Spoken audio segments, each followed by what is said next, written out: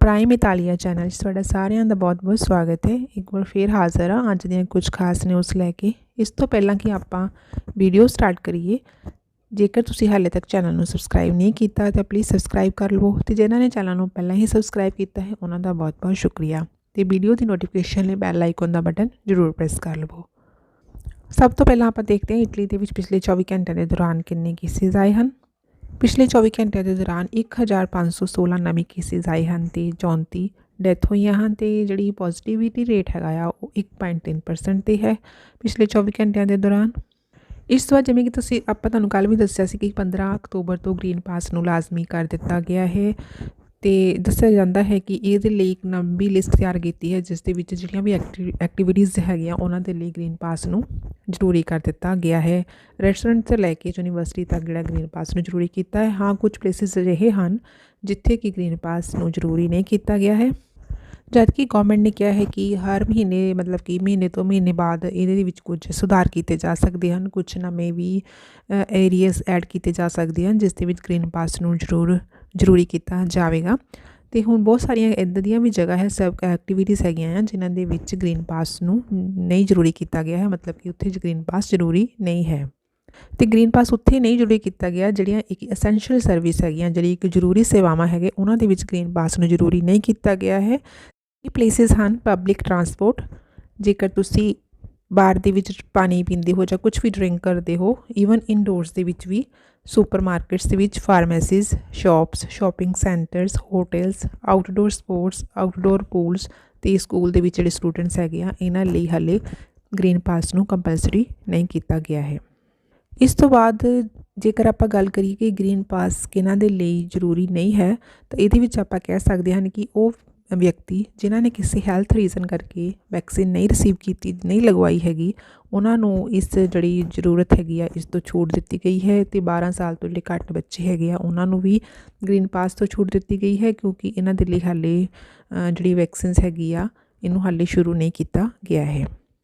ਇਸ ਤੋਂ ਬਾਅਦ ਅਗਲੀ ਨਿਊਜ਼ ਆ ਰਹੀ ਹੈ ਥਾਈਲੈਂਡ ਤੋਂ। ਥਾਈਲੈਂਡ ਨੇ ਹੁਣ ਆਪਣੇ ਕੁਆਰੰਟਾਈਨ ਰੂਲਸ ਦੇ ਵਿੱਚ ਕੁਝ ਬਦਲਾਵ ਕੀਤੇ ਗਏ ਹਨ ਅਤੇ ਜਿਹੜੇ ਵੀ ਟਰੈਵਲਰਸ ਬਾਹਰੋਂ ਆਉਂਦੇ ਹਨ, ਯਾਤਰੀ ਬਾਹਰੋਂ ਆਉਂਦੇ ਹਨ, ਉਹਨਾਂ ਦੇ ਲਈ ਹੁਣ ਕੁਆਰੰਟਾਈਨ ਜ਼ਰੂਰੀ ਨਹੀਂ ਹੈ ਅਤੇ ਉਹਨਾਂ ਲਈ ਜ਼ਰੂਰੀ ਨਹੀਂ ਹਨ ਜਿਹੜੇ ਕਿ ਫੁਲੀ ਵੈਕਸੀਨੇਟਡ ਹਨ, ਜਿਨ੍ਹਾਂ ਨੇ ਡੋਜ਼ਿਸ ਪੂਰੀਆਂ ਵੈਕਸੀਨ ਦੀਆਂ ਲਗਵਾਈਆਂ ਹਨ। ਅਤੇ ਇਹਨਾਂ ਦੇ ਵਿੱਚੋਂ 10 ਅਜਿਹੇ ਲੋ ਰਿਸਕ ਕੰਟਰੀਜ਼ ਹੈਗੀਆਂ ਆ ਜਿਨ੍ਹਾਂ ਦੇ ਵਿੱਚੋਂ UK, China, Germany, United States ਹੈਗੀਆਂ ਸ਼ਾਮਲ ਹਨ। ਅਤੇ ਇਹਨਾਂ ਕੰਟਰੀਆਂ ਦੇ ਵਿੱਚੋਂ ਆਏ ਗਏ ਲੋਕਾਂ ਨੂੰ ਥਾਈਲੈਂਡ ਦੇ ਵਿੱਚ ਹੁਣ ਕੁਆਰੰਟਾਈਨ ਹੋਣ ਦੀ ਜ਼ਰੂਰਤ ਨਹੀਂ ਹੈ ਅਤੇ 1 ਨਵੰਬਰ ਤੋਂ ਇਹ ਜਿਹੜਾ ਰੂਲ ਹੈਗਾ ਉੱਥੇ ਲਾਗੂ ਹੋਵੇਗਾ।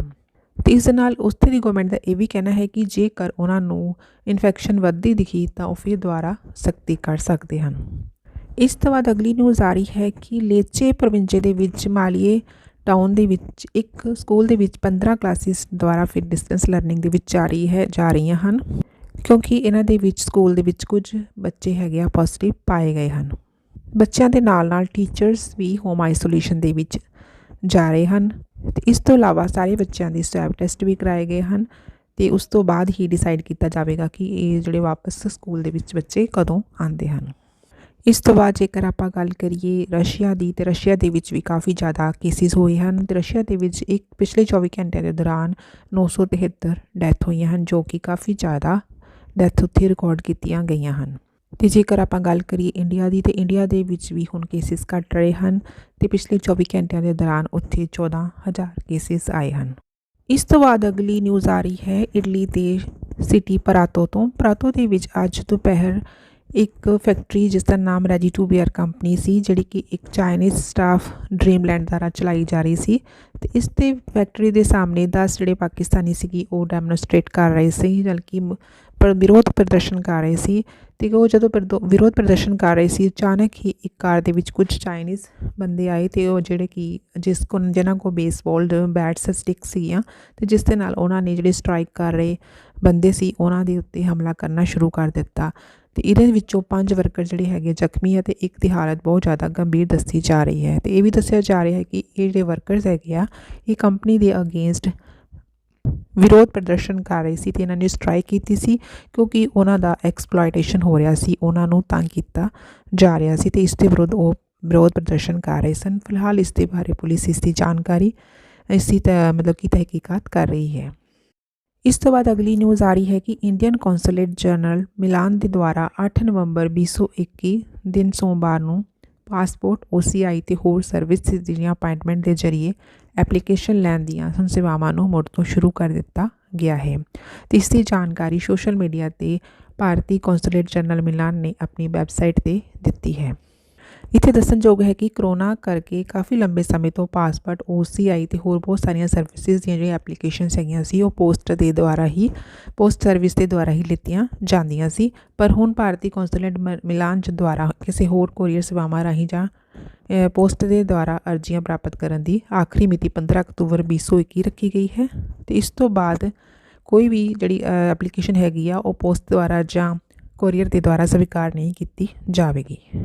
ਤੇ ਹੁਣ ਜਿਹੜੇ ਐਪਲੀਕੈਂਟ ਹੈਗੇ ਆ ਉਹ ਕਿਸੇ ਵੀ ਅਰਜ਼ੀ ਦੇਣ ਦੇ ਲਈ ਅਪਾਇੰਟਮੈਂਟ ਜਿਹੜੀ ਹੈਗੀ ਆ ਭਾਰਤੀ ਕੌਂਸਲ ਮਿਲਾਨ ਦੀ ਵੈਬਸਾਈਟ ਤੋਂ ਪ੍ਰਾਪਤ ਕਰ ਸਕਦੇ ਹਨ।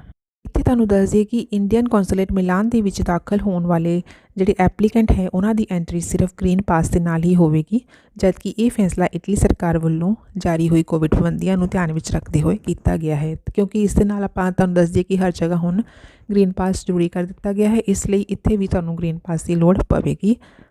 ਤੇ ਇਸ ਦੇ ਨਾਲ ਆਪਾਂ ਤੁਹਾਨੂੰ ਇਹ ਵੀ ਸਲਾਹ ਦਿੰਦੇ ਹਨ ਕਿ ਹੁਣ ਪਾਸਪੋਰਟ OCI ਤੇ ਜਿਹੜੀ ਹੋਰ ਸਰਵਿਸਿਜ਼ ਹੈਗੀਆਂ ਆ ਉਹਨਾਂ ਦੀ ਐਪਲੀਕੇਸ਼ਨ ਸਿਰਫ 15 ਅਕਤੂਬਰ 2021 ਦਿਨ ਸ਼ੁੱਕਰਵਾਰ ਤੋਂ ਬਾਅਦ ਕਿਸੇ ਵੀ ਕੋਰੀਅਰ ਸੇਵਾਵਾਂ ਜਾਂ ਪੋਸਟ ਦੇ ਦੁਆਰਾ ਨਹੀਂ ਲਿੱਤੀ ਜਾਵੇਗੀ। ਇਸ ਨੂੰ ਡਾਇਰੈਕਟ ਤੁਸੀਂ ਅਪਾਇੰਟਮੈਂਟ ਉੱਤੇ ਜਾ ਕੇ ਲੈ ਸਕਦੇ ਹੋ। ਤੇ ਇਹ ਜਿਹੜੀ ਸਰਵਿਸ ਹੈਗੀ ਆ 8 ਨਵੰਬਰ 2021 ਤੋਂ ਸ਼ੁਰੂ ਹੋ ਜਾਣਗੀਆਂ। ਇਸ ਤੋਂ ਬਾਅਦ ਅਗਲੀ ਨਿਊਜ਼ ਆ ਰਹੀ ਹੈ ਕੈਨੇਡਾ ਤੋਂ ਇੱਕ ਬਹੁਤ ਹੀ ਬੈਡ ਨਿਊਜ਼ ਆ ਰਹੀ ਹੈ। ਕੈਨੇਡਾ ਦੇ ਸੂਬੇ ਓਨਟਾਰੀਓ ਦੇ ਵਿੱਚ ਇੱਕ ਟਰੱਕ ਨੂੰ ਭਿਆਨਕ ਅੱਗ ਲੱਗਣ ਦੇ ਨਾਲ 2 ਪੰਜਾਬੀਆਂ ਦੀ ਮੌਤ ਹੋਣ ਦਾ ਸਮਾਚਾਰ ਪ੍ਰਾਪਤ ਹੋਇਆ ਹੈ। ਇਸ ਦੇ ਵਿੱਚ ਇੰਟਰਨੈਸ਼ਨਲ ਸਟੂਡੈਂਟ ਇੰਦਰਜੀਤ ਸਿੰਘ ਜਿਸ ਦੀ ਉਮਰ 23 ਸਾਲ ਤੇ ਉਸ ਦੇ ਸਾਥੀ ਰਜਿੰਦਰ ਸਿੰਘ ਸਿੱਧੂ ਜਿਸ ਦੀ ਉਮਰ 47 ਸਾਲ ਸੀ ਸ਼ਾਮਲ ਸਨ। ਦੱਸਿਆ ਜਾ ਰਿਹਾ ਹੈ ਕਿ ਉਹ ਹਾਈਵੇ 'ਤੇ ਟਰੱਕ ਚਲਾ ਰਹੇ ਸੀ ਤੇ ਟਰੱਕ ਚਲਾਉਂਦੇ ਸਮੇਂ ਟਰੱਕ ਨੂੰ ਭਿਆਨਕ ਅੱਗ ਲੱਗ ਗਈ, ਜਿਸ ਦੇ ਵਿੱਚ ਦੋਨਾਂ ਹੀ ਪੰਜਾਬੀਆਂ ਦੀ ਮੌਤ ਹੋ ਗਈ। ਇਸ ਤੋਂ ਬਾਅਦ ਅਗਲੀ ਨਿਊਜ਼ ਵੀ ਕੈਨੇਡਾ ਤੋਂ ਆ ਰਹੀ ਹੈ। ਕੈਨੇਡਾ ਸਰਕਾਰ ਨੇ ਕੈਨੇਡਾ ਦੇ ਵਿੱਚ ਆਉਣ ਵਾਲੇ ਯਾਤਰੀਆਂ ਦੇ ਲਈ ਦਿੱਲੀ ਇੰਟਰਨੈਸ਼ਨਲ ਏਅਰਪੋਰਟ 'ਤੇ ਜੈਨਿਸਟ੍ਰਿੰਗਸ ਡਾਇਗਨੋਸਟਿਕ ਸੈਂਟਰ ਦੀ ਲੈਬੋਰੇਟਰੀ ਨੂੰ ਭਾਰਤ ਵਿੱਚ ਇੱਕੋ ਇੱਕ ਕਰੋਨਾ ਚੈੱਕਅਪ ਕੇਂਦਰ ਨਿਯੁਕਤ ਕੀਤਾ ਹੈ। ਤੇ ਕੈਨੇਡਾ ਅਧਿਕਾਰੀਆਂ ਨੇ ਜਿਹੜੇ ਤਾਜ਼ਾ ਦਿਸ਼ਾ ਨਿਰਦੇਸ਼ ਦਿੱਤੇ ਹਨ ਉਹਨਾਂ ਦੇ ਅਨੁਸਾਰ ਕੈਨੇਡਾ ਦੇ ਵਿੱਚ ਦਾਖਲ ਹੋਣ ਵਾਲੇ ਅਤੇ ਭਾਰਤ ਤੋਂ ਡਾਇਰੈਕਟ ਫਲਾਈਟਸ ਦੁਆਰਾ ਯਾਤਰਾ ਕਰਨ ਵਾਲੇ ਲੋਕਾਂ ਨੂੰ ਆਪਣੀ ਰਵਾਨਗੀ ਤੋਂ ਪਹਿਲਾਂ ਜੈਨਿਸਟ੍ਰਿੰਗਸ ਲੈਬੋਰੇਟਰੀ ਤੋਂ ਕੋਵਿਡ ਟੈਸਟ ਕਰਵਾਉਣਾ ਪਵੇਗਾ। ਤੇ ਇਹ ਲੈਬੋਰੇਟਰੀ ਦਿੱਲੀ ਇੰਟਰਨੈਸ਼ਨਲ ਏਅਰਪੋਰਟ ਦੇ ਕੰਟੈਕਟ ਬਿਲਡਿੰਗ ਦੇ ਮੈਟਰੋ ਸਟੇਸ਼ਨ ਦੇ ਉੱਪਰ ਸਥਿਤ ਹੈ। ਤੇ ਇਹ ਵੀ ਕਿਹਾ ਗਿਆ ਹੈ ਕਿ ਯਾਤਰੀਆਂ ਦੀ ਨਿਰਧਾਰਿਤ ਰਵਾਨਗੀ ਦੇ ਸਮੇਂ ਤੋਂ 18 ਘੰਟਿਆਂ ਦੇ ਅੰਦਰ ਉਸ ਕੇਂਦਰ ਤੋਂ ਜਾਂਚ ਕੀਤੀ ਜਾਵੇਗੀ ਅਤੇ ਟੈਸਟ ਰਿਪੋਰਟ ਦੇ ਨਾਲ ਇੱਕ QR ਕੋਡ ਵੀ ਦਿੱਤਾ ਜਾਵੇਗਾ। ਤੇ ਜਹਾਜ਼ ਦੇ ਵਿੱਚ ਐਂਟਰ ਹੋਣ ਤੋਂ ਪਹਿਲਾਂ ਉਹਨਾਂ ਨੂੰ ਇਹ QR ਕੋਡ ਦਿਖਾਉਣਾ ਪਵੇਗਾ। ਇੱਥੇ ਤੁਹਾਨੂੰ ਦੱਸ ਦਿਓ ਕਿ 27 ਦਸੰਬਰ ਤੋਂ ਇੰਡੀਆ ਤੋਂ ਜਿਹੜੀ ਕੈਨੇਡਾ ਦੇ ਲਈ ਫਲਾਈਟਸ ਹੈਗੀਆਂ ਚੱਲਣੀਆਂ ਸ਼ੁਰੂ ਹੋ ਗਈਆਂ ਹਨ। ਤੇ ਇਸ ਤੋਂ ਬਾਅਦ ਇਹ ਵੀ ਕਿਹਾ ਗਿਆ ਹੈ ਕਿ ਏਅਰ ਕੈਨੇਡਾ ਇਸ ਵੇਲੇ ਦਿੱਲੀ ਏਅਰਪੋਰਟ ਤੋਂ ਰੋਜ਼ਾਨਾ 2 ਤੋਂ 4 ਫਲਾਈਟਸ ਜਿਹੜੀਆਂ ਚਲਾ ਰਹੀਆਂ ਹਨ।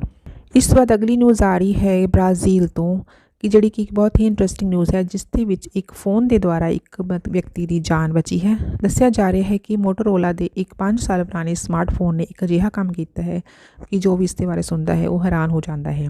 ਇਸ ਸਮਾਰਟਫੋਨ ਦੀ ਬਦੌਲਤ ਇੱਕ ਵਿਅਕਤੀ ਦੀ ਜਾਨ ਬਚੀ ਹੈ।